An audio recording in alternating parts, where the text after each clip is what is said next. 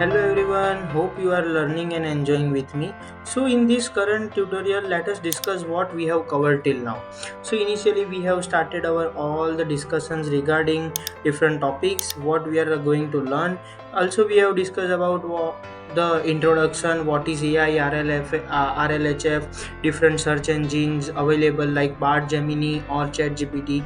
Then we have started our whole all the discussion regarding the creation of different slides, and we have created different sections and under which we have provided few of the details and capture these details from the ChatGPT AI tools.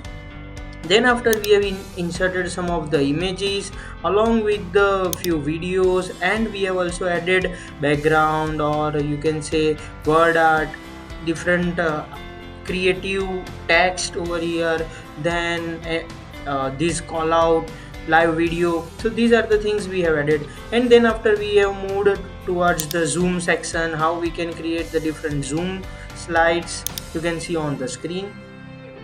And then we have also created some buttons you can see, like when we click here, and when we click here we are directly going to jump to particular slide, and with the down arrow we are moving to the next slide, next slide, next slide. Likewise we have created all the content, and also we have learned how we can use this ChatGPT for learning and education.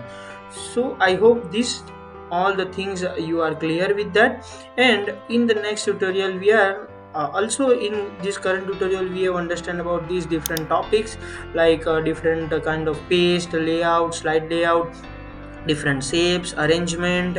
Then in the insert we have reused the slides, added new slide, added pictures, screenshots, then shapes, smart art. Still we have not used chart, but whenever we required we can add this also.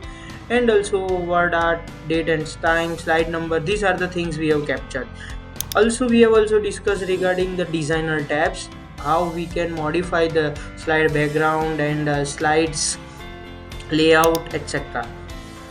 And in from the next tutorial we are going to learn about the transition and animation, and apart from that different tools are available like draw and other features which are available in the PowerPoint presentation, so that you can understand very well all the things. And if you have still any query, please ask and I am here to help you. Thank you.